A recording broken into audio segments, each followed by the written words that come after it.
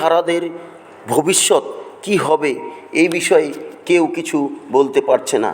তবে মমতা ব্যানার্জি রাজ্যের মুখ্যমন্ত্রী, তিনি 7ই এপ্রিল নেতাজি ইন্ডোর স্টেডিয়ামে তাদেরকে নিয়ে বসবেন এবং এই চাকরিহারাদের কিভাবে চাকরি ফেরানো যায়, তার ভবিষ্যৎ কি হবে এই নিয়ে আলোচনা করবেন। শুনেছি অনেকে ডিপ্রেসড, তারা আপসেট। কোনো একটা ঘটনা যদি ঘটে তার জন্য দায়ী থাকবে কে? আমরা তো চাই না একটাও কোনো দুর্ঘটনা ঘটুক। আমি সবাইকে, আমার ভাই বোনেদের বলবো যারা ডিপ্রাইভড হয়েছে, তারা একটা ডিপ্রাইভড টিচার্স অ্যাসোসিয়েশন তৈরি করে এডুকেশন মিনিস্টারকে একটা রিকোয়েস্ট করেছে যে তারা সবাই এক জায়গায় একত্রিত হতে চান এবং শিক্ষামন্ত্রী সহ আমি যদি তাদের সবাই উপস্থিত থাকি এবং চিফ সেক্রেটারি, লয়ার থেকে শুরু করে সমাজের গুণীজন জ্ঞানীজন, কিছু ইভেন কিছু আইনজীবীও, তাহলে তারা খুশি হবে।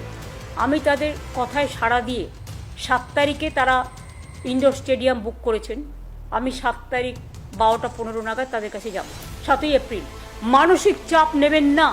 যখন প্রসেস হবে, আপনাদের তো সবাইকে অ্যাপ্লাই করতে বলেছে কোর্ট, আপনারা অ্যাপ্লাই করুন। আর আমরা চেষ্টা করব যাতে খুব তাড়াতাড়ি সমস্যার সমাধান হয়।